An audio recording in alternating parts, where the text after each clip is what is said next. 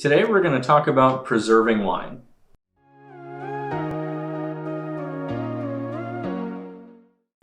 Hi everyone, Anthony here, General Manager of Stiehl Winery, and today we're going to talk about preserving wine.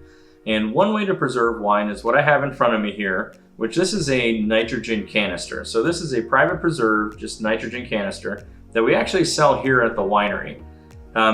There are a few different gases that can be used to help preserve wine. A few years ago, argon was the big movement, putting argon in the bottles. Still some are sold that way. But the best gas to use to preserve bottles at home is nitrogen, and it's a process that's called sparging. So we sparge wine. There are a few points in the production process to where we would sparge wine, and the whole point of it is to help to get any of the dissolved oxygen out of the wine and help preserve it, or preserve its natural flavors, its color, its aromas, everything.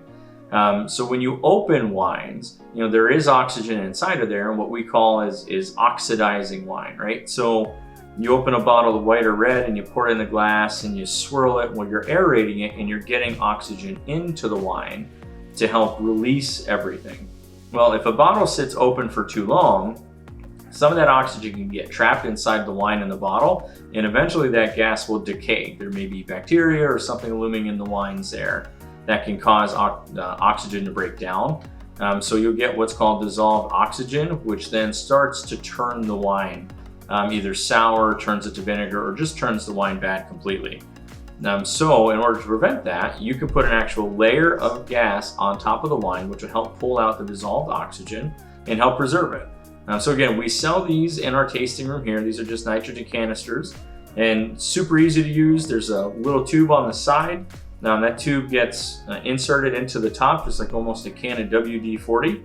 And then right before you put the cork back on the bottle, you'd slide this in, make sure the nozzle or this tube is touching the glass, and just give it a couple quick shots, pull it out, and then re-cork the bottle. And that protective layer will help protect the wine. So any questions or more tips and tricks like that, go to our YouTube channel or go to our website at vonstiehl.com, or you're more than welcome to stop into the winery and ask about any of our videos. Thank you all, and I hope to see you soon.